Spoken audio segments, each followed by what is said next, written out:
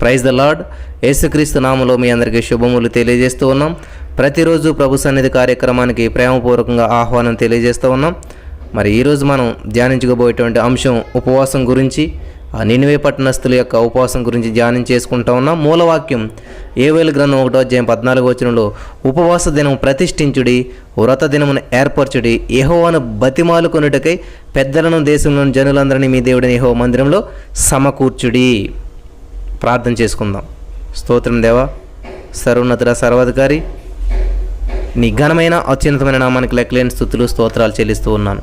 ఈ సమయం నీ వాక్యాన్ని ధ్యానిస్తూ ఉండగా మాతో మాట్లాడి అనేక ఆత్మీయ విషయాలు మేము నేర్చుకుంటూ కృప చూపించమని, బలపరచమని, ప్రతి వాక్యాన్ని ప్రతి ఒక్కరు అర్థం చేసుకున్నట్టు కావాల్సిన ఆత్మీయ జ్ఞానం అనుగ్రహించమని మా రక్షకుడు ప్రభువు యేసు నామమున నడుచు ప్రార్థించి పొందుకుని ఉన్నాం మా పరమ తండ్రి. ఆమేన్. హల్లెలూయా. దేవునికి స్తోత్రం కలుగును గాక. ప్రభునందు ప్రియమైనటువంటి సహోదరి స్నేహితులారా, మరి మన మూలవాక్యంలో ఉపవాస దినమును ప్రతిష్ఠించుడి, వ్రత దినమును ఏర్పరచుడి. ముఖ్యంగా మొట్టమొదట మనం దేవునికి ప్రతిష్ఠ చేయబడాలి, దేవునికి ఒక ప్రత్యేకమైనటువంటి వారిగా ఉండాలి. ఈ లోక స్నేహం దేవుని దృష్టికి వైరమని మీరు ఎరుగరా అని దేవుని వాక్యం సెలవిస్తూ ఉంది. కానీ మనం లోకంతో స్నేహం చేస్తాం, లోక విషయాలతో స్నేహం చేస్తాం, లోక విషయాల గురించి ఆలోచించేస్తాం, లోకంలోనే జీవితం అన్నట్టు గడుపుతూ ఉంటుంటాం. అటువంటి జీవితాన్ని గడుపుతున్నటువంటి ఒక మహాపట్టణ ప్రజల గురించి దేవుడు గత కొన్ని రోజులుగా ధ్యానించడానికి దేవుడు మనకి కృప చూపించాడు. వారు ఎంతో తప్పిదాలు చేశారు, ఎన్నో తప్పిదములు చేశారు, వాళ్ళ జీవితాన్ని దేవునికి ఎంతో వ్యతిరేకంగా జీవిస్తూ ఉన్నారు.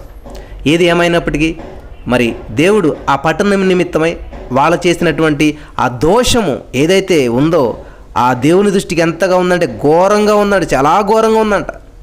కాబట్టి దేవుడు ఏం చేస్తున్నాడంటే ఒక మనిషిని ఏర్పాటు చేసుకుని ఆ ఘోరం నేను భరించలేనంత ఘోరం, చాలా చాలా ఘోరంగా ఉంది.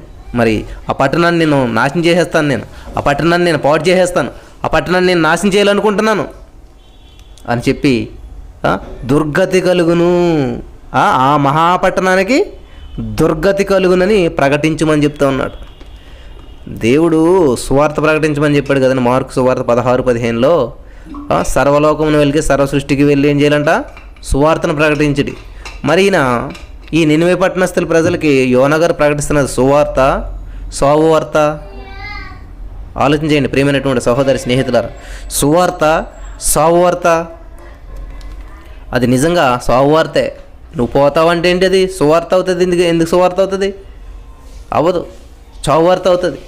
కానీ దాన్ని సువార్తగా ఎలా మార్చుకోగలుగుతామంటే, ప్రియమైనటువంటి వార్లారా, ఈ కరెంటు వైర్ పట్టుకుంటే ఈ వెళ్ళే దారిలో కరెంటు తీగ ఉన్నది పట్టుకుంటే నువ్వు పోతావు అన్నారనుకోండి, మనం ఏం చేస్తాం? దాన్ని స్వతంత్రించుకుంటే పోతాం. అట్లా కాకుండా ఆ వార్తను వాళ్ళు చెప్పారు కాబట్టి మెలకు కలిగి తెలివైనడు ఏం చేస్తాడు? అమ్మో అటు కరెంటు తీగ ఉంది, పాడైపోతాం కాబట్టి మన నిర్ణయాన్ని మార్చుకుంటాం, మన మార్గాన్ని మార్చుకుంటాం. అప్పుడు మనం ఏమవుతాం? శుభవార్త అయింది అది. అతను చెప్పిన మాట వల్ల నేను ఈ రోజున రక్షించబడ్డాను అంటాం. కాబట్టి వార్తలో తేడా లేదు. ఎక్కడుందో తేడా? మనిషిలో తేడా ఉంది, మనసులో తేడా ఉంది, తీసుకున్న నిర్ణయంలో తేడా ఉంది, వెళ్ళే దారిలో తేడా ఉంది, వెళ్ళే ప్రయాణంలో తేడా ఉంది. నా ప్రియమైనటువంటి సహోదరి స్నేహితులారా, ఈ రోజున మీరు వెళ్తున్న ప్రయాణం కరెక్ట్ కాదు అని దేవుడు తెలియజేస్తున్నప్పుడు దాన్ని మీరు స్వీకరించినట్లయితే సువార్తగా ఉంటుంది, శుభవార్తగా ఉంటుంది. నశించిపోతున్నటువంటి ఒక వ్యక్తికి ఇది సరైనటువంటి మార్గం కాదు, మీరు వెళ్తున్నటువంటి మార్గంలో చివరికి దాని అంతం నాశనమే అని చెప్పినప్పుడు, ఏంటి నువ్వు నాకు చెప్పేది, మాకు తెలిసి మేము వెళ్తున్న మార్గం అని అతను మూర్ఖంగా ముందుకు పోయినట్లయితే ఏమవుతుంది? నాశనం ఎదురవుతుంది. కానీ అదే వ్యక్తి ఆ మాట విని తన మార్గాన్ని మార్చుకుని, తన రూట్ని మార్చుకుని, తన యొక్క పద్ధతిని మార్చుకున్నట్లయితే ఎంత అద్భుతంగా ఉంటుంది, ఎంత జీవం ఉంటుంది, ఎంత మేలు, ఎంత ఆనందం, ఎంత సంతోషం. అందుకనే దేవుడు చెప్తున్నాడు, సర్వలోకమునకు సర్వసృష్టికి సువార్తను ప్రకటించడి అన్నాడు. మంచిది, ప్రకటిస్తూ ఉన్నారు. 2000 సంవత్సరాల క్రితం నుంచి యేసుక్రీస్తు ప్రభువు వారు ప్రారంభించినటువంటి సువార్త ఆదాము కాలంలో కూడా ప్రారంభమైంది, నోవహు కాలంలో కూడా ప్రారంభమైంది, యేసుక్రీస్తు ప్రభువు రాకముందు నుంచి కూడా సువార్త ప్రారంభమైంది, ప్రకటన జరుగుతూనే ఉంది. కానీ మనిషి మనసులో మార్పు రావట్లేదు. దేవునికి స్తోత్రం. ప్రియమైనటువంటి వార్లారా, ఈరోజున మనం ఎటువంటి జీవితాలు జీవిస్తూ ఉన్నాం? మార్పులేని జీవితం. మార్పులేని మానవుండా తీర్పు దినం దాగలేవురా అని ఒక భక్తుడు పాడాడు. మార్పులేని మానవుండా తీర్పు దినం నువ్వు దాగలేవు, దాక్కోలేవు, ఎక్కడ తప్పుకోలేవు. కాబట్టి ఈరోజు నువ్వు దేవుని వాక్యం వినిచినటువంటి ప్రియమైనటువంటి సహోదరి స్నేహితులరా, దేవుని దగ్గరికి వచ్చినప్పుడు మనం కేవలం ఆయన అద్భుతాలు చేస్తాడు, ఆశ్చర్యకార్యాలు చేస్తాడు, మేలు చేస్తాడు. అంతటితోటే కాదు, జీవం అందిస్తాడు. నిత్య జీవం కలిగినటువంటి దేవుడు. కాబట్టి ఆ జీవం మనలో పొందుకోవాలి. ఆ జీవం మనలో జీవించాలంటే ఖచ్చితంగా ఇక్కడ చూడాలి మనం. నినివే పట్టణస్థులు చూడండి, ఎంతో ఘోరమైన స్థితిలో ఉన్నారు.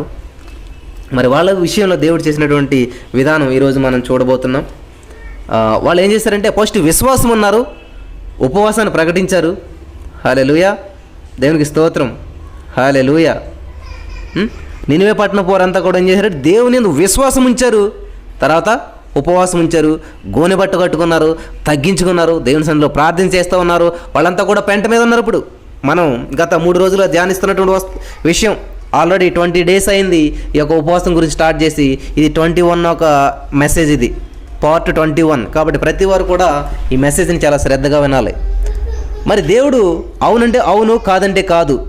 మరి ఇక్కడ నినివే పట్టణస్థులని దేవుడు ఏం చెప్పాడంటే తుడిచివేస్తాను, దానికి దుర్గతి కలుగునని ప్రకటింపుము. అయితే దేవుడు మాట వినేటువంటి స్టేజ్లో లేరు కాబట్టి ఆ మనుషుల్లో ఉన్నటువంటి ఒక మనుషుడు వెళ్ళి చెప్తేనే వాళ్ళు వింటారన్న ఉద్దేశంతో దేవుడు యోనాను ఏర్పాటు చేసుకున్నాడు. యోనా అనుకున్నాడు, నీతో పెట్టుకుంటే ఎలా ఉంటుందో నాకు తెలుసు, నువ్వెవరైనా 2 కన్నీళ్ళు కార్చావంటే నువ్వు మారిపోతావు. దేవుడితో అంటున్నాడు యోనా గారు.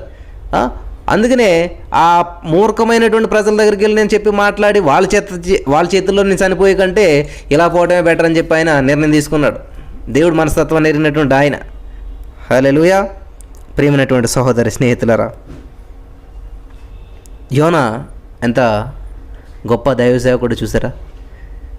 దేవుని మనస్తత్వాన్ని ఎరిగినటువంటి వాడు, దేవుని యొక్క ఆలోచన ఎరిగినటువంటి వాడు. ప్రకటించమన్నాడు. కాబట్టి అటువంటి భయంకరమైనటువంటి ప్రజల మధ్యకి వెళ్తున్నాడు కాబట్టే చావును రుచి చూపించేశాడు దేవుడు. చావు అంటే ఏంటో తెలిపేశాడు. ఇంకా బ్రతుకుడు గ్రీస్తే ఆల్రెడీ చచ్చిపోయాను అనేటువంటి స్థితిలోకి వెళ్ళిపోయాడు. ఇంకా చచ్చిపోయాడైనా. హల్లెలూయా. చచ్చిపోయి మరలా బ్రతికినటువంటి వ్యక్తి అనమాట. కాబట్టి అంతటి పరిస్థితులు కూడా నడిపించగా అప్పుడు సువార్త కలమన్నమాట. ఇప్పుడు ప్రకటించన్నట, ధైర్యంగా ప్రకటిస్తున్నాడు. చేప కడుపులోనే 3 రోజులు చచ్చిపోయి వచ్చినాడికి ఇప్పుడు ఈ లెక్క ఏంటి, వీళ్ళు చంపుతారు అన్నట్టు దేవుని వార్తను ప్రకటించుకుంటూ వెళ్ళిపోయాడు. దేవుని వార్తను ప్రకటించాడు, ఏమి జరగలేదు. కానీ వాళ్ళలో మార్పు జరిగింది. నోవాహు ఎక్స్పెక్ట్ చేశాడు, నన్ను చంపేస్తారేమో, నన్ను ఏదైనా చేస్తారేమో, సరే పోతే పోనీ అన్నట్టు వెళ్ళాడు. కానీ నోవాహుకి ఏం సంభవించలేదు. కానీ నోవాహు ద్వారా వెలువడినటువంటి వాక్యం వారి హృదయాల్లోనికి వెళ్ళి వారి హృదయాలను, రాతి హృదయాలను, బండ హృదయాలను పిండిగా చేసేసి బండని పిండి చేసి పడేస్తుంది అనమాట. వాళ్ళ హృదయాలన్నీ ఏమైపోయి అంతవరకు బండలా ఉన్నాయి, పిండిలు కాస్త పిండిగా అయిపోయి బూడిదైపోయినాయి అనమాట. బూడిదలోకి వచ్చేసినాయి వాళ్ళ హృదయాలన్నీ కూడా, బూడిదలోకి వచ్చేసారు వాళ్ళ జీవితాలన్నీ కూడా, బూడిదలో నివసిస్తూ ఉన్నారు. హల్లెలూయా. దేవునికి స్తోత్రం కలుగును గాక. మరి నా ప్రియమైనటువంటి సహోదరి స్నేహితులారా, దేవుని వాక్యం దహించు అగ్ని ఉన్నది. అగ్ని ముందు ఏదైనా కూడా ఆగదు, మాయమైపోవలసిందే. కాబట్టి ఈ రోజున అక్కడ నినివే మహాపట్టణం అని చెప్తున్నాం, గొప్ప పట్టణం అని చెప్తున్నాం.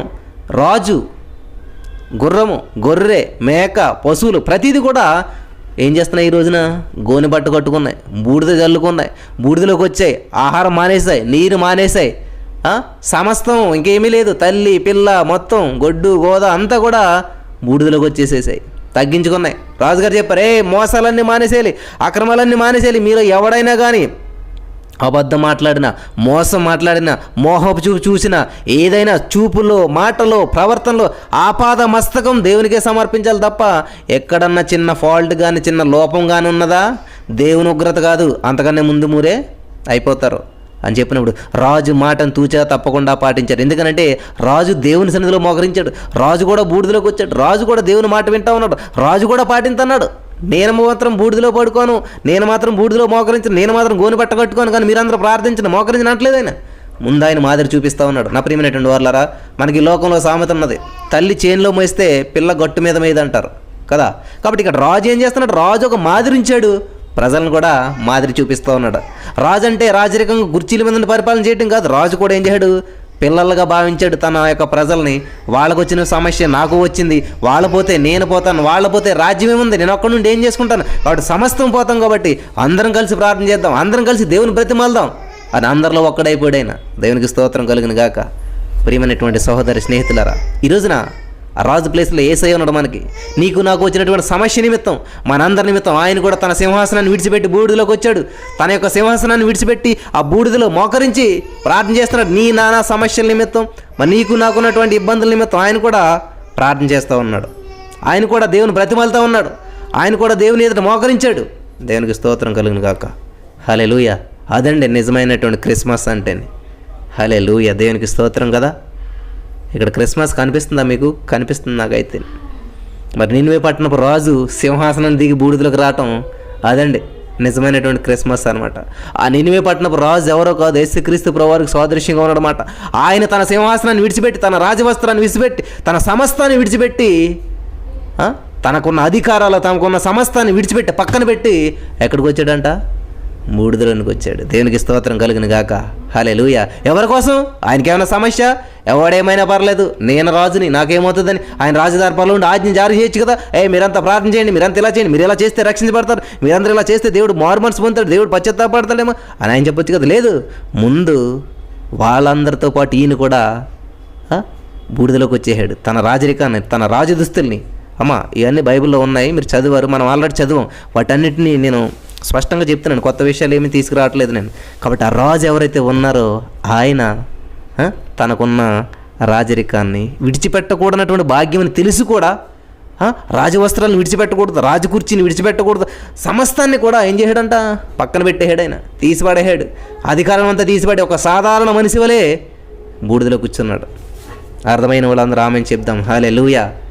దేవునికి స్తోత్రం. ఇక్కడ మనకు ఒక క్రిస్మస్ వర్తమానం కనిపిస్తూ ఉంది. దేవాది దేవుడు విడిచిపెట్టకూడని భాగ్యం అని తెలిసి కూడా మరి పరలోక రాజ్యాన్ని విడిచిపెట్టి ఈ రోజున భూలోక రాజ్యానికి వచ్చాడు. ఎందుకంటే ఆయనకి ఏమైనా అవసరం ఉందా? లేదు. నీ కోసం, నా కోసం, నా శాపాలు, పాపాలు, దోషాలు నిమిత్తం. ఇక్కడ ఏంటంటే నినివే పట్టణస్థుల ప్రజల దోషము. 1వ అధ్యాయం 1వ వచనంలో చూసినట్లయితే నినివే పట్టణస్థుల దోషము నా దృష్టికి ఘోరమాయను.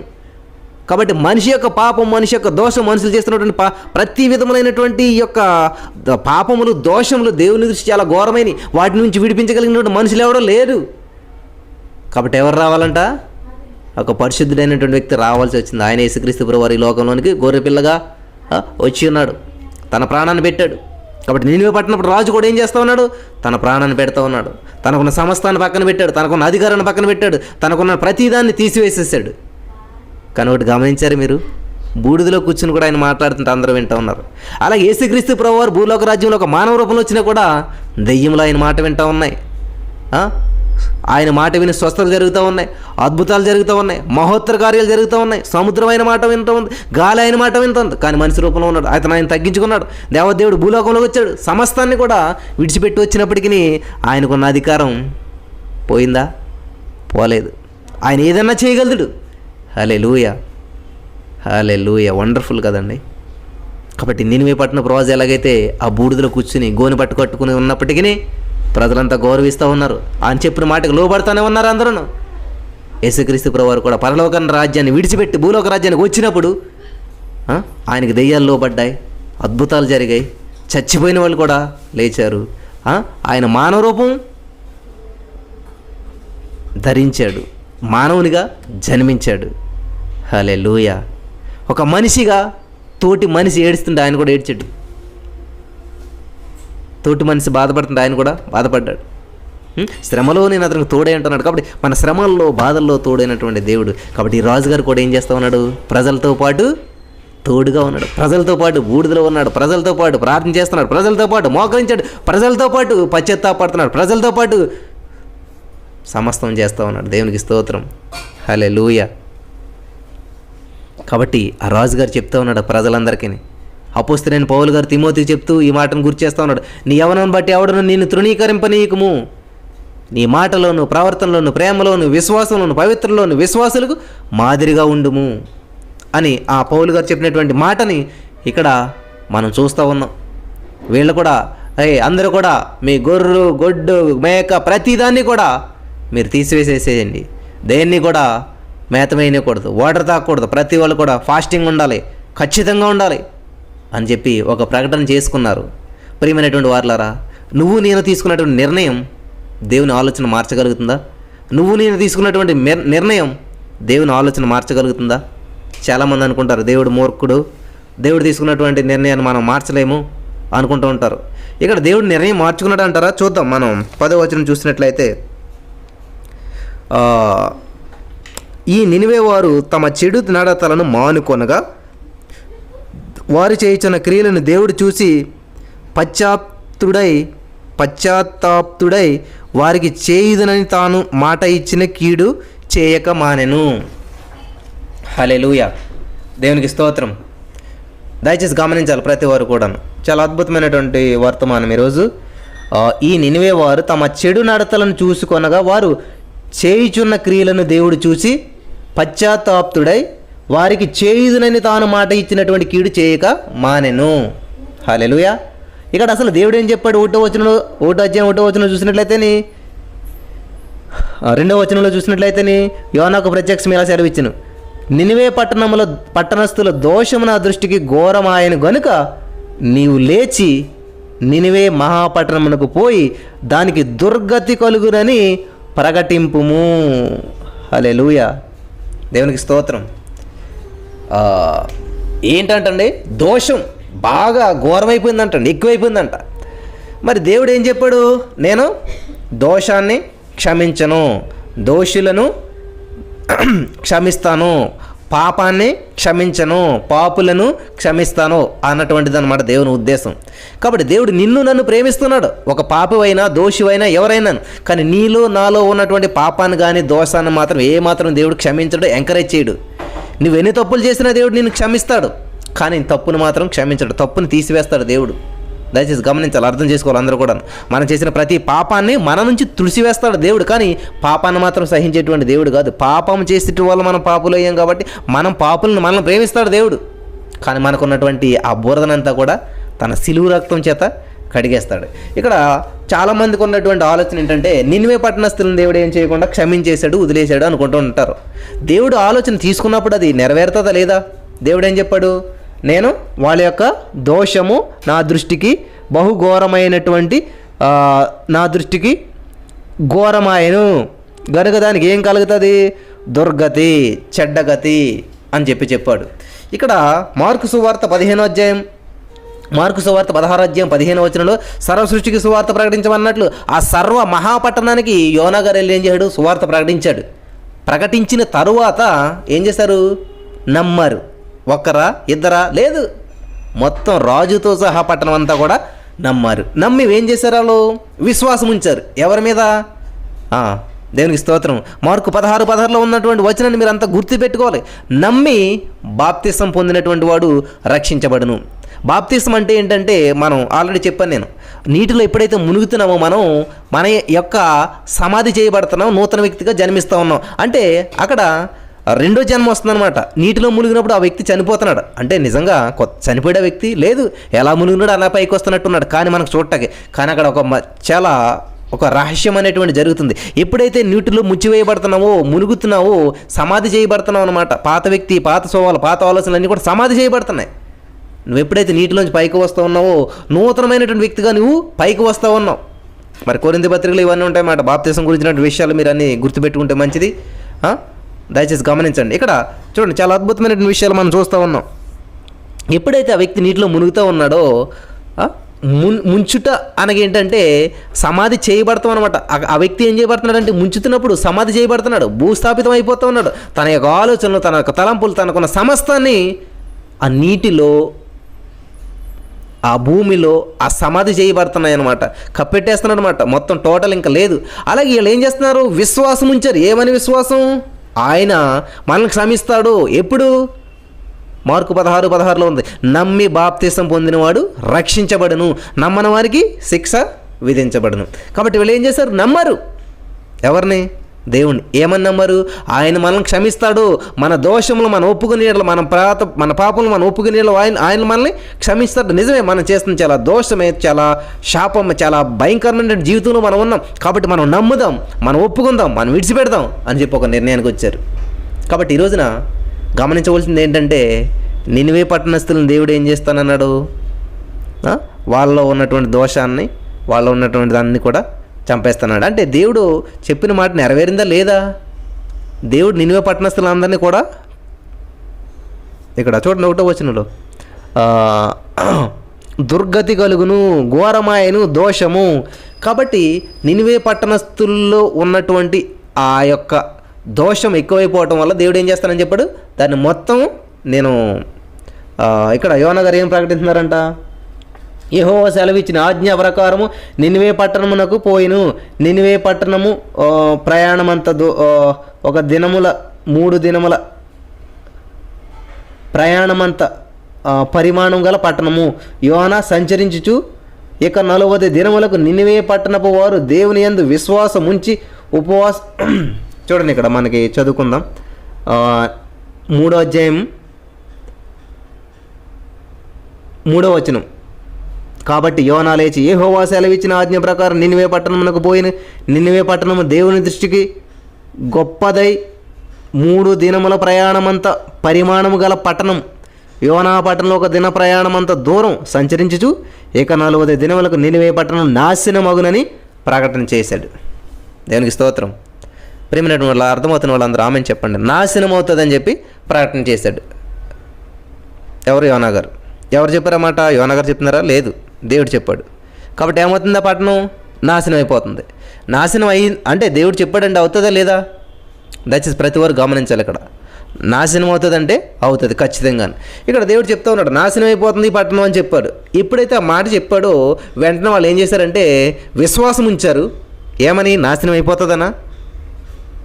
డాక్టర్ వచ్చి మనకి అమ్మ నీ లైఫ్ ఇక్కడితో క్లోజ్ అన్న వెంటనే మనం ఏం చేస్తాం? రిపోర్ట్ చూసుకుని అయిపోయింది నా జీవితం అనుకుంటూ ఉంటాం. ఎప్పుడైతే నువ్వు మెంటల్గా అనుకున్నావో నిజంగా అయిపోతావు అనమాట. హల్లెలూయా, నిజంగా చనిపోతాం.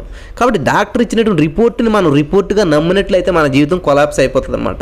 కాబట్టి దేవుని మీద మనం నమ్మకం ఉంచాలి. ఇక్కడ చూడండి, వీళ్ళు ఏం చేశారు? యోనా చెప్పినటువంటి మాటను విన్నారు, కానీ ఏం చేశారు? విశ్వాసం ఉంచారు. ఎవరి మీద? దేవుని మీద. హల్లెలూయా. దేవుని మీద విశ్వాసం ఉంచి ఏం చేస్తున్నారు? మొత్తం మోకరించారు, గోనిబట్ట కట్టుకున్నారు, తగ్గించుకున్నారు, ప్రార్థన చేస్తున్నారు, మొత్తం మోసాలన్నీ విడిచిపెట్టేశారు, సమస్తం విడిచిపెట్టేశారు. కాబట్టి దేవుడు నాశనం చేస్తానని చెప్పినటువంటి ఆ నినివే మహాపట్టణం నాశనం చేశాడు దేవుడు. అంటే దేవుడు ఆడిన మాట తప్పడు. ఖచ్చితంగా ఏం చేశాడంట? నాశనం చేసేసాడు. హల్లెలూయా. బాప్తిసం పొందినటువంటి వ్యక్తి ఎలాగైతే చనిపోయి తిరిగి జన్మిస్తాడో నినివే పట్టణస్థులందరూ కూడా ఏమైపోయారంట? నాశనం అయిపోయారంట. ఎట్లాగని చూద్దాం మనం. 8వ వచనం చూసినట్లయితే తన కోపాగ్ని చల్లార్చుకొనుడు కనుక మనుషులు ఏది పుచ్చుకొనకూడదు, పశువులు కానీ ఎద్దులు కానీ గొర్రెలు కానీ మేతమేయకూడదు, నీళ్లు తాగకూడదు. మనుషులందరూ తమ దుర్మార్గములను విడిచి తాము చేయు బలాత్కారం మానివేయవలను. హల్లెలూయా. కాబట్టి మనిషి చనిపోవటం అంటే మనసు చనిపోవటం అండి. నినివే పట్టణస్థులు చనిపోవడం అంటే నినివే పట్టణస్థుల్లో ఉన్నటువంటి దోషమంతా చనిపోవడం, నినివే పట్టణస్థుల్లో ఉన్నటువంటి దుష్ట ప్రభావం అంతా, దుష్టత్వం అంతా చనిపోవడం, నినివే పట్టణస్థుల్లో ఉన్నటువంటి దుష్ట ఆలోచనలంతా కూడా చనిపోవడం, నినివే పట్టణస్థుల్లో ఉన్నటువంటి బలాత్కారం అంతా కూడా చనిపోవడం అనమాట.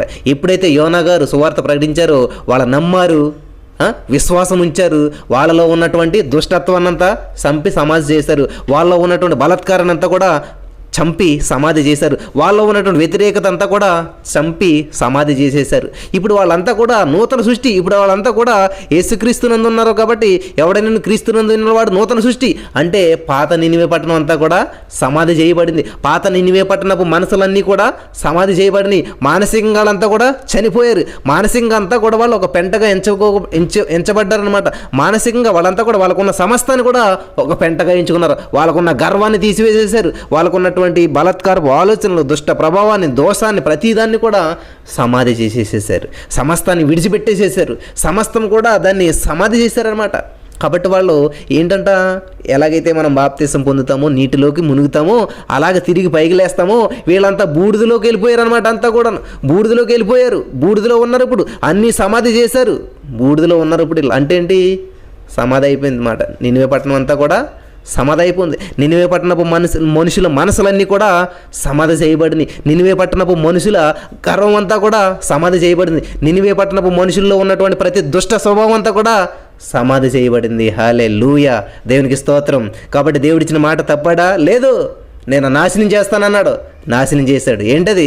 నినివే పట్టణాన్ని కాదు, నినివే పట్టణపు ప్రజల్లో ఉన్నటువంటి ఆ మనసులో ఉన్నటువంటి, మనం చదువుతుంటాం దేశం అంటే మట్టి కాదు, దేశం అంటే మనుషులు అంటాం. కాబట్టి నినివే పట్టణం అంటే గోడలు, నేలలో బావులు, ఇడ్లు అవి కాదండి అక్కడ నినివే పట్టణం అంటే. నినివే మహాపట్టణం అంటే మనుషులు లేకపోతే మహాపట్టణం ఎలాగవుతుంది? కాబట్టి నినివే పట్టణంలో ఉన్నటువంటి ఆ యొక్క మహోన్నతమైనటువంటి ఆ పట్టణంలో ఉన్నటువంటి ప్రజల యొక్క మనసుల్ని దేవుడు ఏం చేశాడంట? ఆ మనసులో ఉన్నటువంటి ఆ మలినాన్ని నాశనం చేశాడు దేవుడు. దేవునికి స్తోత్రం. మాట ఇచ్చినవాడు తప్పిపోడండి. దేవుడు మాట అంటే మాట ఖచ్చితంగా నెరవేర్చుకుంటాడు ఆయన. కాబట్టి దేవుడు ఏం చెప్పాడు? నేను నాశనం చేస్తానన్నాడు. ఏం చేశాడంట? నాశనం చేశాడు దేవుడు. దేవునికి స్తోత్రం. కాబట్టి దేవుని మాట నెరవేరిందా లేదా? మాట అన్నాడంటే దేవుడు ఖచ్చితంగా నెరవేర్చుకుంటాడు. కాబట్టి దేవుని ఉద్దేశం ఎప్పుడు కూడా నిన్ను నన్ను నాశనం చేస్తానంటే నీలో నాలో ఉన్నటువంటి ఆ దుష్ట స్వభావాన్ని, ఆ దోషాన్ని అంతటిని కూడా నాశనం చేసి సమాధి చేయాలని చూసేటువంటి దేవుడు మన దేవుడు. అంతేకాని మనకి ఎప్పుడు హాని చేయడు. ఒక డాక్టర్ మనకి ఇంజెక్షన్ చేస్తాడంటే ఏంటి? మనకు అది నొప్పి అనిపిస్తుంది, కానీ అదేంటి? ఆరోగ్యాన్ని ఇస్తుంది అనమాట. దేవునికి స్తోత్రం. ప్రియమైనటువంటి వారలారా, ఇక్కడ మరి నినివే పట్టణస్థులకి దేవుడు చేసినటువంటి ఆజ్ఞ నెరవేర్చాడా లేదా? ఇక్కడ మనం చూసినట్లయితే 10వ వచనం, ఈ నినివే వారు తమ చెడు నడతలను మానుకొనగా వారు చేయుచున్న క్రియలను దేవుడు చూచి. దేవునికి స్తోత్రం. మానుకున్నారు అంటే ఏం చేశారు? మాయమైపోయినాయి. ఏమైపోయినాయి? అయ్యి విడిచిపెట్టేశారు, సమాధి చేశారు. చెడు క్రియలు, చెడు ఆలోచనలు, చెడు తలంపులు, చెడు పనులు ప్రతి దాన్ని ఏం చేశారు? సమాధి చేశారు. ఒక నూతనమైనటువంటి సృష్టిగా మారిపోయారు, ఒక నూతనమైనటువంటి ఆలోచనగా మారిపోయారు. ఎప్పుడైతే మోకరించారో, ఎప్పుడైతే మోకాళ్ళు అరుగుతూ ఉన్నాయో వాళ్ళ ముఖంలో జీవం బయలుదేరింది. వాళ్ళ ముఖాల్లో ఒక జీవకళ వస్తూ ఉందన్నమాట. ఎప్పుడైతే బూడిదలో ఉన్నారో చూడండి, ఒక విత్తనం ఏమవ్వాలి? భూమిలో పడాలి, చచ్చిపోవాలి. అప్పుడే దానిలోంచి జీవం అనేది అంకురం జరుగుతుంది. మొలక అనేది ప్రారంభమవుతుంది అనమాట. భూమిలో పడిన చేపు, సింహాసనం మీద ఉన్న చేపు, పైన ఉన్న చేపు, దానిలో ఏ విధమైనటువంటి జీవం అనేది, జీవకళ అనేటువంటిది ఉండదు. ఎప్పుడైతే బూడిదలో పడతాదో, బూడిద లోనికి వెళ్తాదో, బూడిద దాని మీద పడతాదో, బూడిదలో కలిసిపోతుందో, దానికి అడ్రస్ లేకుండా అవుతుందో, అది సమస్తము మాయమైపోయినట్లు అయిపోతుందో, సమస్తము కోల్పోయినట్లు అవుతుందో, సమస్తము పెంటగా ఎప్పుడైతుందో, ఒక పెంటలో ఎప్పుడైతే కలిసిపోతుందో అయిపోయింది అనుకుంటాం. అలా వెళ్ళిన తర్వాత కొంచెం అప్పుడు దాంట్లోంచి జీవం ప్రారంభం అవుతుంది. హల్లెలూయా. నినివే పట్టణస్థ ప్రజలు కూడా ఒక విత్తనంలాగా భూమిలో పడ్డారు, బూడిదలో పడ్డారు, సమస్తం పెంటగా ఎంచుకున్నారు, తగ్గించుకున్నారు, తమ చెడుతనాన్ని విడిచిపెట్టేసేశారు, తమ చెడు ఆలోచనలు విడిచిపెట్టేశారు, సమస్తము కూడా విడిచిపెట్టేశారు. ఇప్పుడు ఏం చేస్తున్నారు? క్రీస్తు వైపు చూస్తూ ఉన్నారు. యేసుక్రీస్తుని రక్షకుడుగా అంగీకరించాడు. ఆయనే మమ్మల్ని రక్షించేవాడు, ఆయనే నిజమైనటువంటి దేవుడు, మేము నమ్ముతున్నాం, మేము విశ్వసిస్తున్నాం, మేము నమ్ముతున్నాం, మేము పొందుకుంటున్నాం అన్నారు. వాళ్ళు నమ్మారు, వాళ్ళు పొందుకున్నారు. వాళ్ళ ఎక్స్పెక్టేషన్ కరెక్ట్ అయింది. దేవుని మనస్తత్వాన్ని గ్రహించారు వాళ్ళు. దేవునికి ఏది ఇష్టమో అది చేశారు. దేవుడు ఏం చేస్తాడో వాళ్ళకి తెలుసు. శిక్షించగలిగినటువంటి దేవుడు, క్షమించేటువంటి మనసు ఉన్నటువంటి దేవుడు, కనికరం కలిగినటువంటి దేవుడు, మన యొక్క దోషములను క్షమించేటువంటి దేవుడు, గొప్ప దేవుడు అని చెప్పి తెలుసుకున్నారు. పట్టణం మహాపట్టణం అండి, మామూలు పట్టణం కాదు, మహాపట్టణం. దేవునికి స్తోత్రం. హల్లెలూయా. కాబట్టి ఈ రోజున మనం కూడా ఎలా ఉంటున్నాం? ఆ రాజు ఏం చేశాడు? తన సింహాసనాన్ని విడిచిపెట్టి పెంట మీదకి వచ్చాడు. తన రాజ్యాన్ని రక్షించుకోగలిగాడు, తన ప్రజలను కూడా రక్షించుకోగలిగాడు. మన రాజు ఎవరు? యేసుక్రీస్తు ప్రభువారు. దేవునికి స్తోత్రం. హల్లెలూయా. ఆయన కూడా వచ్చాడు. మన యొక్క దోషాల నిమిత్తం, మన క్షోకాల నిమిత్తం, మన పాపాల నిమిత్తం ఆయన ఏం చేశాడు? మన నిమిత్తం, మన దోషాల నిమిత్తం ఆయన కూడా తనను తాను తగ్గించుకున్నాడు. ఒక రిక్తునిగా వచ్చాడు, ప్రాణాన్ని పెట్టాడు. దేవునికి స్తోత్రం. హల్లెలూయా. ఈ రోజున మనం క్రిస్మస్ అంటే ఇదన్నమాట. క్రీస్తుని ఆరాధిస్తున్నామంటే ఆయన మన కొరకు వచ్చాడు, మనతోటే ఉన్నాడు, మనలోనే ఉన్నాడు. మనకున్న ప్రతి బంధకాల నుంచి, శాపాల నుంచి విడుదల దయచేశాడు. దేవునికి స్తోత్రం కలుగును గాక. కాబట్టి క్రిస్మస్ చేసుకుంటున్నాం మనం, క్రైస్ట్ మిస్ చేసుకుంటున్నామా? క్రిస్మస్ అంటే CHIRIST MASS, మాస్ అంటే ఆరాధన. CHIRIST MISS miss, Christ miss అంటే ఏంటంటే క్రీస్తుని మిస్ చేసేస్తున్నాం మనం. ఈరోజున క్రిస్మస్లో క్రీస్తు లేడు. క్రిస్మస్లో పండగలు, బట్టలు, హడావుళ్ళు అన్నీ ఉంటున్నాయి తప్ప క్రీస్తు మిస్ అయిపోతున్నాడు. ప్రియమైనటువంటి సహోదరి స్నేహితులారా, కాబట్టి దేవుడికి కావాల్సింది నీ హృదయం. కాబట్టి నీ హృదయంలో ఆయనకు స్థానాన్ని ఇస్తున్నావా? క్రీస్తుని మిస్ చేసేస్తున్నావా? క్రీస్తుని మాస్ చేస్తున్నావా? కాబట్టి దేవుని ఆరాధించాలి తప్ప దేవుని మిస్ అయిపోకూడదు మనం. హల్లెలూయా. దేవునికి స్తోత్రం కలుగును గాక. ప్రియమైనటువంటి సహోదరి స్నేహితులారా, మరి నినివే పట్టణ ప్రజలు చేసినటువంటి ప్రార్థన దేవుని సన్నిధికి వెళ్ళిందండి. వాళ్ళు పడినటువంటి పశ్చాత్తాపం, వాళ్ళ కాదని దేవుడు కాదని పశ్చాత్తాపడతా, వాళ్ళ పశ్చాత్తాపడ్డారు. అయ్యో, మేము ఎంత ఘోరమైనటువంటి స్థితిలో ఉన్నాం, మేము చేసినటువంటి దోషం ఎంత భయంకరమైనటువంటిది. మేము ఉన్నటువంటి స్థితి ఎంత భయంకరమైనటువంటిది. మేము ఎంతటి బలాత్కారపు జీవితం జీవిస్తూ ఉన్నాం, ఎంతటి భయంకరమైన జీవితం జీవిస్తూ ఉన్నాం, మేము నడుస్తున్నటువంటి నడతలు ఎంత చెడు నడతలు నడుస్తూ ఉన్నాం అని చెప్పి ఏం చేశారు, మానుకొనగా వాటిలన్నింటినీ విడిచిపెట్టారు, సమాధి చేయగా అప్పుడు దేవుని యొక్క కృప వారికి తోడై ఉందన్నమాట. దేవునికి స్తోత్రం. వారికి చేయదునని తాను మాట ఇచ్చినటువంటి కీడు చేయక మానెను. హల్లెలూయా. సంహార దూత మనల్ని దాటిపోవడానికి కారణం ఏంటి తెలుసా? మనం చేసేటువంటి ప్రార్థన, మనలో వచ్చేటువంటి మార్పు, మనం ఉంచినటువంటి విశ్వాసం. కాబట్టి నినివే పట్టణస్థుల ప్రజల యొక్క ఉపవాసం వాళ్ళని ఏం చేస్తుందంటండి, తగ్గించింది. వాళ్ళని ఏం చేస్తుందంటండి, పెంట మీదకి తీసుకెళ్ళింది. ఆ ఉపవాసం ఏం చేస్తుందంటండి, వాళ్ళలో గొప్ప ఉద్యమం తెచ్చింది. ఆ ఉపవాసం ఏం చేస్తుందంటండి, వాళ్ళకు గొప్ప జీవితాన్ని ఇచ్చిందనమాట. హల్లెలూయా. దేవునికి స్తోత్రం కలిగిన గాక. ప్రియమైనటువంటి సహోదరి స్నేహితులారా, ఈరోజు మనం చేస్తున్నటువంటి ఉపవాసం ఏ విధంగా ఉన్నది? మనం చేస్తున్నటువంటి ఉపవాసంలో దేవునికి స్థానం ఉన్నదా? మనం చేస్తున్నటువంటి ఉపవాసంలో దేవుని మనసును కదిలించేటువంటి విధంగా ఉన్నదా? మరి మనం చేసేటువంటి ఉపవాసం మన మీదకి వచ్చేటువంటి కీడును తొలగించేటువంటిదిగా ఉన్నదా? మనం చేస్తున్నటువంటి ఉపవాసం మనలో ఉన్న ప్రతి బలహీనతలను తొలగించేటువంటిదిగా ఉన్నదా? మనం చేస్తున్నటువంటి ఉపవాసం దేవునికి దగ్గర అయ్యేటువంటి విధంగా ఉన్నదా? ఆలోచించేయండి. దేవుని పాదాల మీద పడేటువంటిదిగా ఉన్నదా? లేదు. పేరుకి ఉపవాసం అంటే భోజనం మానేయటం అనుకుంటున్నాం, కానీ ఆయన పాదపీఠం, భూమి నా పాదపీఠం అన్నటువంటి దేవుడు, మరి ఆయన పాదాల మీద మనం పడగలుగుతున్నామా? మనం మోకరించగలుగుతున్నామా? మన మోకాళ్ళు నల్లబడితే ముఖాలు తెల్లబడతాయంట. దేవునికి స్తోత్రం. కాబట్టి అటువంటి మరి ఆ నినివే మహాపట్టణమే ఒక పట్టణం బూడిదలోకి వెళ్ళిపోయిందండి. బూడిదలో మోకరించింది, గోని బట్ట కట్టుకుంది. పట్టణం మాత్రం కాదు, పట్టణంలో ఉన్న పశువులు, గొర్రెలు, మేకలు సమస్తం, ఈవెన్ వాటర్ కూడా తాగకుండా మరి ఎంత భయంకరమైనటువంటి స్థితిలో, ఎంత డిసిప్లిన్గా, ఎంత పద్ధతిగా, ఎంత సిస్టమేటిక్గా దేవుని మహింపరుస్తూ ఉన్నారు, ఎంత డెడికేటెడ్గా వాళ్ళు ఉపవాసం చేస్తూ ఉన్నారు. ప్రియమైనటువంటి సహోదరి స్నేహితులారా, మనం ఆచారం చేస్తూ ఉన్నామా?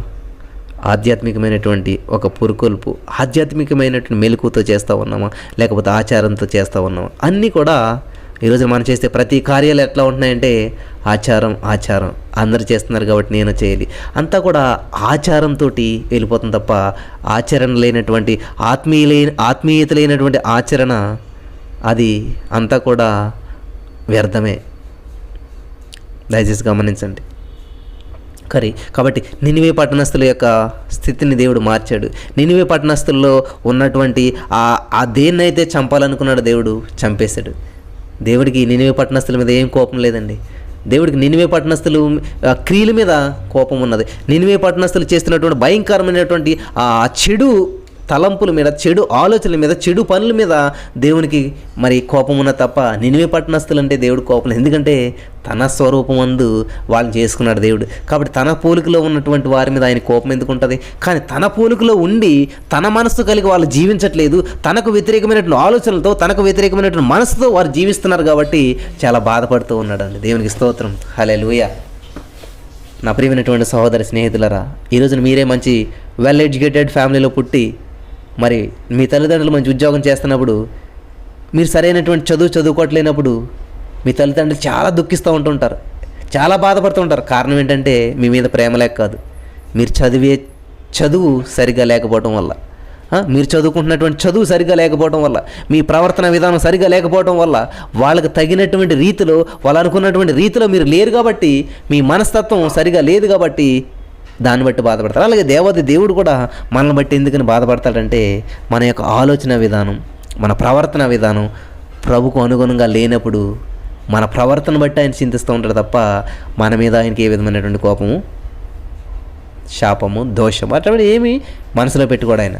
కానీ మనం ఎన్ని తప్పులు చేసినా, ఎన్ని అపరాధములు చేసినా, ఎంత దోషం చేసినా, ఎప్పుడైతే దేవుని సన్నిధికి వచ్చి మోకరించి దేవా నన్ను క్షమించు అని చెప్పి ఆయన విశ్వాసంతో ప్రార్థన చేసినప్పుడు నినివే పట్టణస్థులను కాపాడినటువంటి దేవుడు, నినివే పట్టణస్థులకు జీవం ఇచ్చినటువంటి దేవుడు, నినివే పట్టణస్థులకు అభిషేకం ఇచ్చినటువంటి దేవుడు, నినివే పట్టణస్థులకు జీవం ఇచ్చినటువంటి దేవుడు నాకు ఈ రోజున జీవం ఇచ్చి నన్ను ఉన్నతమైన స్థితిలో దేవుడు నడిపించడానికి సిద్ధంగా ఉన్నాడు. హల్లెలూయా. ఎంత అద్భుతమైనటువంటి వర్తమానాన్ని దేవుడు మనకు తెలియజేశాడు. కాబట్టి ఈ యొక్క ఆ నినివే పట్టణస్తుల యొక్క వర్తమానంలో కూడా అద్భుతమైనటువంటి క్రిస్మస్ సందేశం కూడా దాగింది మనకి.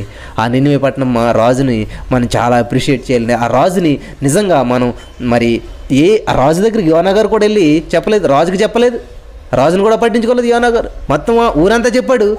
ఆ నోట ఈ నోట కలిసి రాజు దగ్గరికి వెళ్ళినప్పుడు రాజు ఎంతో మరి విన్నాడు.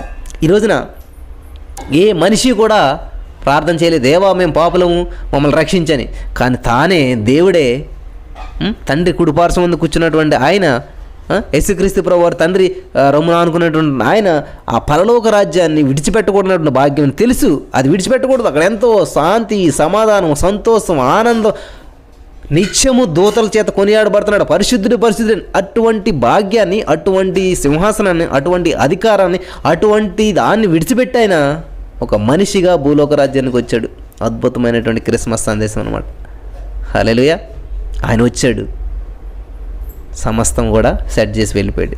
కాబట్టి ఈరోజు కూడా విన్నాడు, అయ్యో నా ప్రజలు ఎంతో బాధలో ఉన్నారు, కష్టాల్లో ఉన్నారు అని వాళ్ళ బాధల్లో బాధ పంచుకునేటువంటి వ్యక్తిగా, పాలు పంచుకునేటువంటి వ్యక్తిగా తను కూడా మోకరించాడు, గోనెబట్ట కట్టుకున్నాడు, దేవుని స్తుతిస్తూ వచ్చాడు.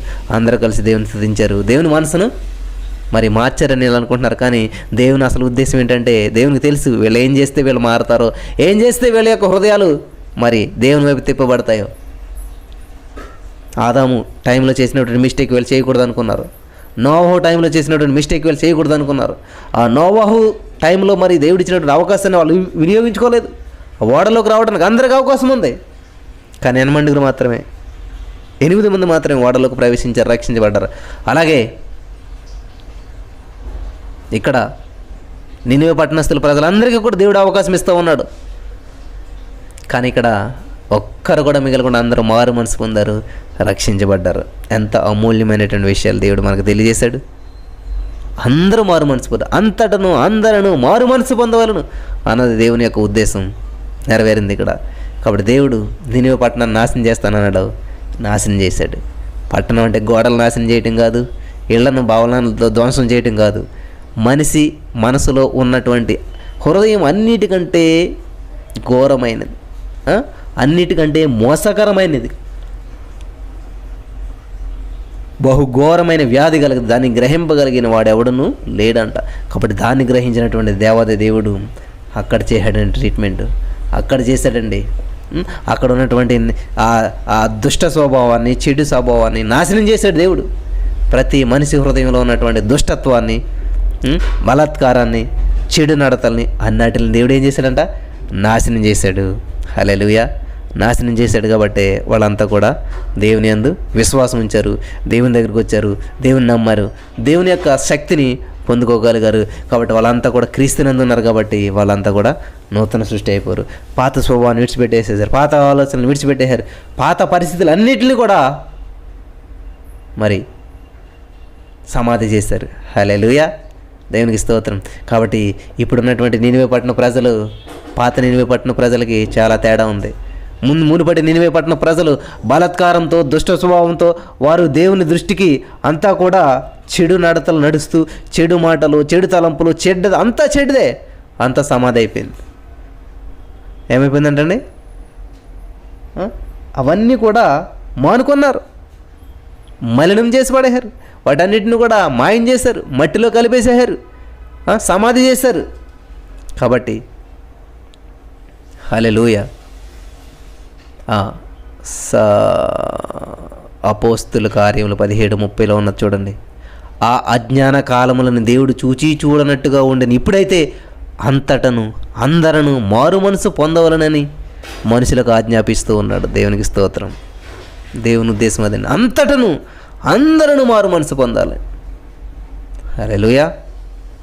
ప్రియమైనటువంటి సహోదరి స్నేహితులారు, కాబట్టి వాక్యం వినిచినట్టు మీరు అంతటను ఉపవాస దినం ప్రతి దేశంలోని పెద్దలందరూ కూడా దేవుని సన్నిధికి రావాలని ఉంది అక్కడ. కాబట్టి ఇక్కడేంటి, మనం మారు మనసు పొందాలంట. ఎట్లా మారు మనసు పొందాం? ఏదో ఆ రోజు నేను బాప్తిసం పొందేటప్పుడు మారు మనసు పొందామని అంటుంటాం. మారు మనసు అంటేనే తెలియదు మనకి. కానీ దేవుని ఉద్దేశం అంటే అంతటను అందరూ కూడా మారు మనసు పొందవాలని మనుషులకు దేవుడు ఆజ్ఞాపిస్తున్నాడు. ప్రియమైనటువంటి సహోదరి, వాక్యం వినిచినటువంటి నీవు అంతటా మారు మనసు పొందావా? లేకపోతే కొంతటే మారు మనసు పొందావా? కొన్ని విషయాలను మారు మనసు పొందావా? కొన్ని విషయాలను సహించగలుగుతున్నావా? కొన్ని విషయాలను సంతోషంగా ఉండగలుగుతున్నావా? అన్ని విషయాల్లో సంతోషంగా ఉండగలుగుతున్నావా? ఆలోచన చేయండి. మరి దేవుడు ఇచ్చినటువంటి ఈ యొక్క అద్భుతమైనటువంటి అవకాశాన్ని ప్రతి వారు వినియోగించుకుని, ప్రభువా నిజమే, నేను ఏ విషయంలో మరి నా జీవితాన్ని జీవిస్తూ ఉన్నాను, ఏ విషయంలో నీకు మరి ఇష్టానుసారంగా ఉంటున్నానో లేదో, నిన్నవే పట్టిన ప్రజలను ప్రభా నిజంగా వారిలో ఉన్న చెడుతనాన్ని, చెడు తలంపులు అన్నీ విడిచిపెట్టారు, అన్నిటిని సమాధి చేశారు. మరి ఈ రోజు నుంచి నాలో ఉన్నటువంటి ప్రతిదాన్ని సమాధి చేస్తూ ఉన్నాను. ఇంకా అది చనిపోయింది. నేను నీ కొరకే జీవిస్తాను. నా ఆలోచన, నా సమస్తము, ప్రతిదీ నీ కొరకే యేసయ్యా అని మనం తీర్మానం చేసుకుందాం. మోకరించండి, ప్రతి వారు కూడా ప్రార్థన చేద్దాం. హల్లెలూయా. నినవే పట్టణస్థులతో దేవుడు మాట్లాడి ఉన్నాడు, వారి జీవితాన్ని చూపించి ఉన్నాడు. కొన్ని వేల సంవత్సరాల క్రితం జరిగినటువంటి స్టోరీ అయినప్పటికీ దేవుడు ఈరోజు మన కొరకు బైబిల్ గ్రంథంలో లిఖించి పెట్టి ఉన్నాడంటే మన జీవితంలో కూడా మరి అటువంటి సిచ్యువేషన్స్ ఎదురైనప్పుడు మనం ఎలా నిర్ణయం తీసుకోగలుగుతున్నాం, ఎలా రియాక్ట్ అవ్వగలుగుతున్నాం, ఎలా దేవుని సన్నిధిలోకి వెళ్ళగలుగుతున్నాం, ఎలా దేవుని ఒప్పించగలుగుతున్నాం. హల్లెలూయా. దేవునికి స్తోత్రం కలిగిన గాక. ప్రార్థన చేద్దాం, ప్రతివారు మోకరిందాం. Hallelujah. Thank you Jesus, thank you Jesus. Hallelujah. Thank you Jesus. Hallelujah, hallelujah, hallelujah. యేసయ్యా వందనాలు. యేసయ్యా, ఎంతమంది వాక్యం వినారో వారందరినీ జ్ఞాపకం చేసుకోండి. నిజమైన ప్రభా, మరి నీవు ప్రేమించేటువంటి ప్రేమను బట్టి మేము ఈ రోజున సజీవ లెక్కలో ఉంచబడ్డాం. నువ్వు చూపించిన కృపను బట్టి ఈ రోజున సజీవ లెక్కలో ఉంచబడ్డాం. ఎంతోమందికి ఎన్నో మరి అవకాశాలు లేనప్పటికీ మాకు చక్కటి సమృద్ధి అయిన అవకాశాలు ఇచ్చావు. నువ్వు నడిపిస్తున్నావు, నీకు వందనాలు తండ్రి. మరి నా ప్రభు విన్న వాక్యం వ్యర్థంగా అక్కడ ప్రతి హృదయంలో నాటబడాలి, ఫలించాలి, అభివృద్ధి చెందాలి, ఆశీర్వదించబడాలి. మన ప్రభు నినివే పట్టణ ప్రజలు చూసినప్పుడు నా ప్రభు నువ్వు వాళ్ళని నాశనం చేస్తానన్నావు, నాశనం చేస్తావు. వాళ్ళలో ఉన్న దోషాన్ని, ద్వేషాన్ని, అసూయని ప్రతిదాన్ని నువ్వు నాశనం చేస్తావు. నీకే వందనాలు చెల్లిస్తూ ఉన్నావు. నినివే పట్టణస్థుల వలె మాలో కూడా నా ప్రభు ఏ విధమైనటువంటి దోషము, చెడు నడతలు ఏది లేకుండా మమ్మల్ని శుద్ధీకరించండి నా ప్రభు. ఈ వార్త మనం ఎంతమంది అయితే వింటున్నారో వారందరిపై నీ ఆత్మ అభిషేకం కుమ్మరించి నువ్వు స్వస్థపరిచావు, నేను నమ్ముచున్నాను. మరి నా ప్రభు ఏ విషయంలోనైతే సమాధి చేయబడాలో ఆ విషయంలో అందరూ వారికి వారే నా ప్రభు, వారి చూపులో, మాటల్లో ప్రతిదీ మరి నా ప్రభు నిన్ను స్తుతించి నిన్ను మహింపరిచినట్లు సహాయం చేయమని ప్రార్థన చేస్తున్నాను నా తండ్రి. ఇంతవరకు నువ్వు తోడుకున్నావు, మాతో ఉన్నావు, మాలో ఉన్నావు. నువ్వు చేసిన ప్రతి అద్భుతమైన కార్యాన్ని బట్టి నీకు వందనములు చెల్లిస్తున్నాను నా ప్రభు. విన్న వాక్యం వ్యర్థం కాకుండా ప్రతి హృదయంలో మన ప్రభు భద్రపరచబడి 30, 60, 100 అంతలుగా 1000 అంతలుగా ఫలింపజేయమని నువ్వు ఫలింపజేస్తున్నందుకు నీకు వందనములు చెల్లిస్తున్నాను తండ్రి. నువ్వు ఫలింపజేస్తున్నందుకు నీకు వందనములు చెల్లిస్తున్నాను తండ్రి. Thank you Jesus. వందనాలు యేసయ్యా. Hallelujah, hallelujah. Thank you Jesus. పరిశుద్ధాత్మ దేవుడా నీకే వందనాలు. మహిమ స్వరూపుడా నీకే వందనాలు. నీ కృపచేత నడిపించావు. మరి ఈ సమయం ఉన్న ప్రభా ఈ యొక్క కార్యక్రమాన్ని ముగిస్తూ ఉండగా ఈ వర్తమానం ద్వారా అనేక మంది బిడ్డలతో మాట్లాడడం నేను నమ్ముచున్నాను. అనేక మంది బిడ్డలు జీవించడం కృప చూపించామని నమ్ముచున్నాను. ప్రతి వారిపై నీ ఆత్మను మెండుగా కుమ్మరించమని, మీరే మీ నామానికి ఘనత, మహిమ, ప్రభావాలు తెచ్చుకోనమని మా రక్షకుడు ప్రభు అయినటువంటి యేసుక్రీస్తు వారి అతి శ్రేష్టమైన నామంలో మిక్కిలి వినయంతో బ్రతిమాలి వేడుకొంచు ప్రార్థన చేసి పొందుకుని ఉన్నాం మా పరమ తండ్రి. Amen, amen.